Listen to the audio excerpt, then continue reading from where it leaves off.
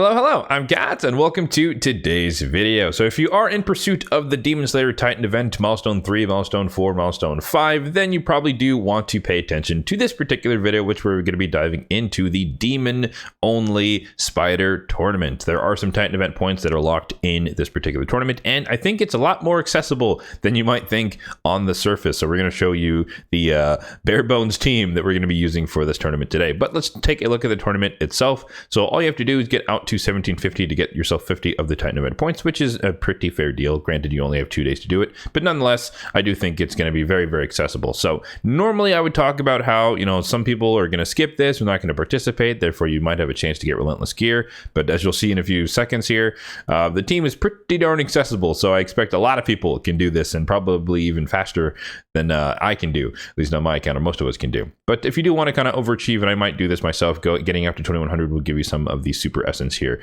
for purchasing souls in the Soul Merchant. Now, of course, you can skip 250 points if you're going for Milestone 5, and even more so 750 if you're skipping, if you're going for Milestone 4. But nonetheless, a relatively easy thing to do here would be to get the 50 if it's within your wheelhouse. But I also would totally understand if you just want to skip this because you're not too focused on the Titan event, or you don't really care about challenge tournaments. Let's hop over to the dungeon itself, the Spider's Den. And first things first, as I always say when it comes to this, as far as the best stages to farm, typically for challenge tournaments like this one, it's going to be very difficult to do them on hard mode because you're restricted, and even more so in this one because you're restricted to one singular faction. But nonetheless, if you do want to venture into hard mode and you have a decent amount of good nukers who can deal with the meta for hard mode, which is to kill the spiderlings repeatedly, then you might be able to pull off, hard 6, hard 1, stuff like that. But for the rest of us, or for majority of people, I do recommend you stick with normal mode. And stage 25 will give you the best gear quality. Stage 20 is the best and most efficient stage, the best points per energy spent.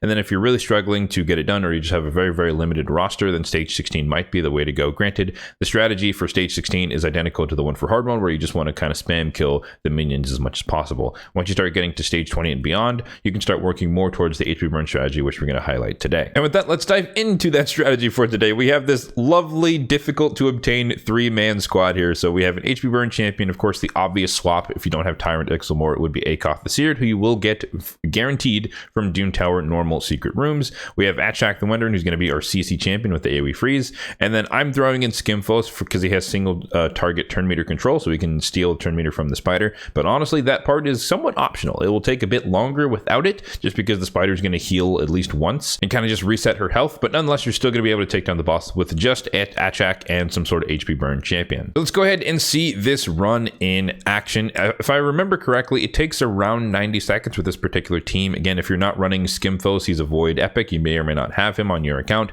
then it takes somewhere around 2 to 2.5 minutes, I believe, with just the tank and burn strategy here. So we have it somewhat tuned so that we start with the freeze, that way we get all the spiderlings out there, we get the burn going, and then slowly but surely we will take control, or we take the turn meter of the spider, we will keep freezing the minions, and then we just kind of just sit there and wait for them to burn themselves to death. So pretty straightforward here. Now you might notice a lot of cooldown reduction going on here. That is the particular sets that I have the champions built in, which of course we'll look at in a bit after the run, but that is not mandatory. However, it does improve the success rate, or not success rate, it improves the speed or the efficiency of the run relative to not having these particular gear sets on. So again, we'll talk about those later. But yeah, this is pretty straightforward. Those of you who've been playing for a very, very long time are probably used to this sort of tank and burn strategy. It's not new. Atchak the Wenderin plus HP burn has been a staple of old school Spider for the longest of times, and this is not anything different than it is or was in those situations. So pretty straightforward, tank and burn, turn meter control here.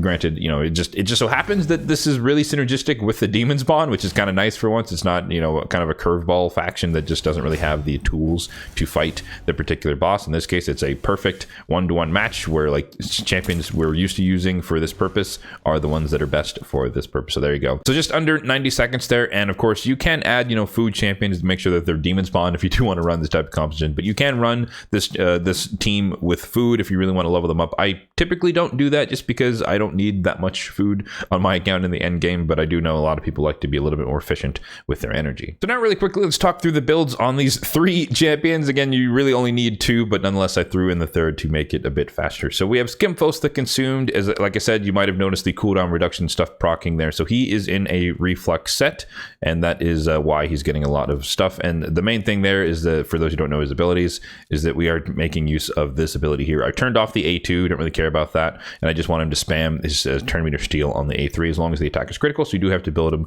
with 100% crit rate, which we'll see in the total stats here.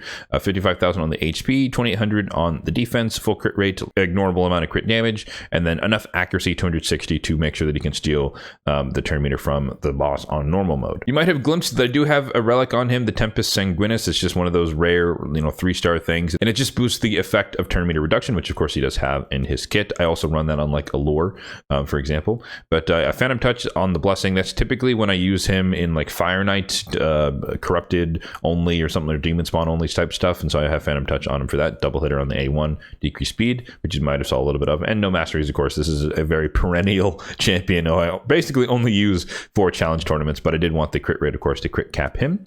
Next up, we have Achak the Wandering, who I have in a 4-piece Merciless set. So this is just kind of a speed accuracy type build. 62,000 on the HP, 3,500 or 3,400 on the defense, 234 on the speed, and then 370 on the accuracy. This is a bit higher because I do also use him when possible in the Cursed City, so 350 was kind of the target there, but again, 250 is all you would need to run normal mode dungeons. No relic here, and the Blessing is Cruelty, so that he can reduce the defense when he does the big AoE attack with the AoE freeze here. Note this is a 90% chance when booked, so there's still a chance that he can just not freeze enemies, but most of the time he's going to get it done.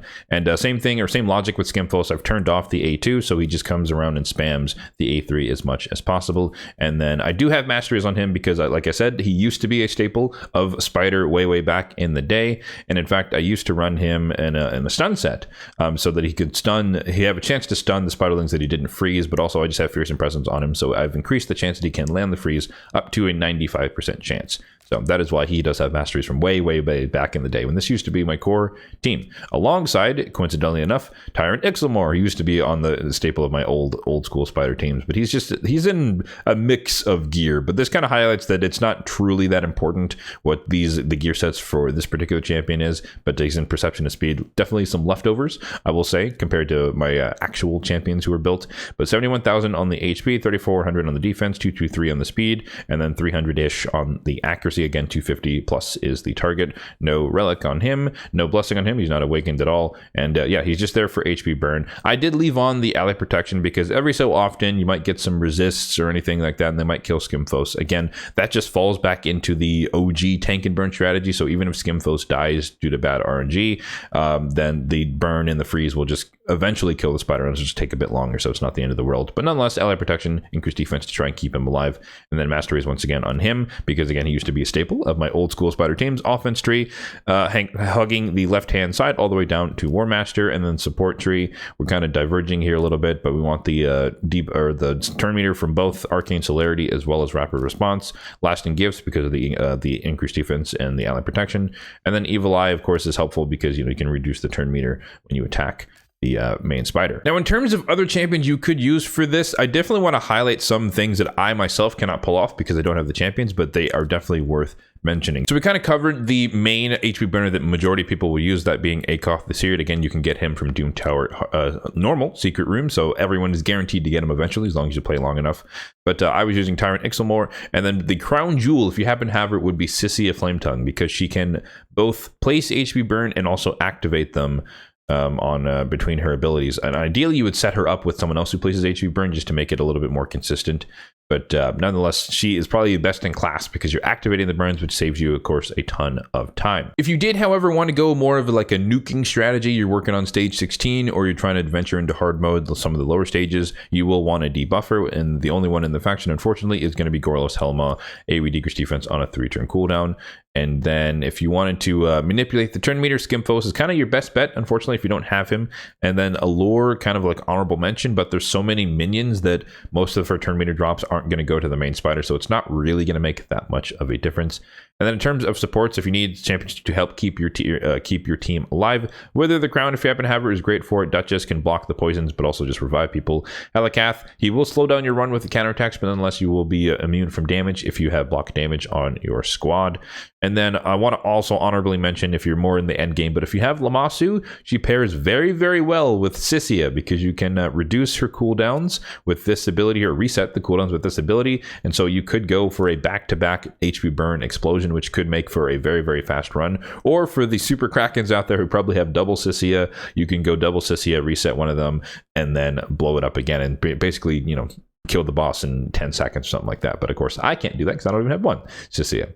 And then if you're going more for the nuking strategy, Hex is helpful for spreading damage across all the minions. And so Vildrax does have an AoE Hex on a 3-turn cooldown. Note that the booking only increases the chance to 100% chance, so you don't have to worry about reducing the cooldown with books.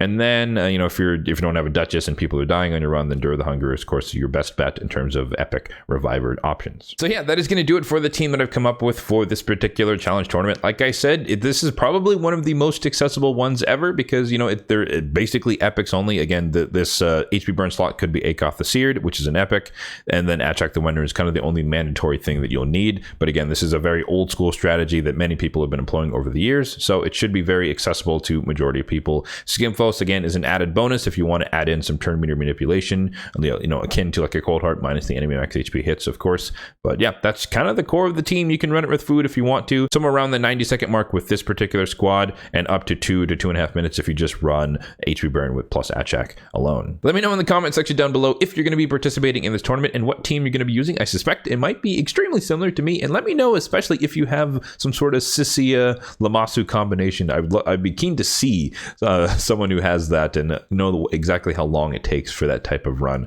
to work. As always, if you did find this video helpful, then be sure to hit that like button down below. It really does help out the channel, and feel free to hit that subscribe button down below if you are enjoying the content overall on this channel for more content just like this one in the future. Thanks for watching, and have a good one.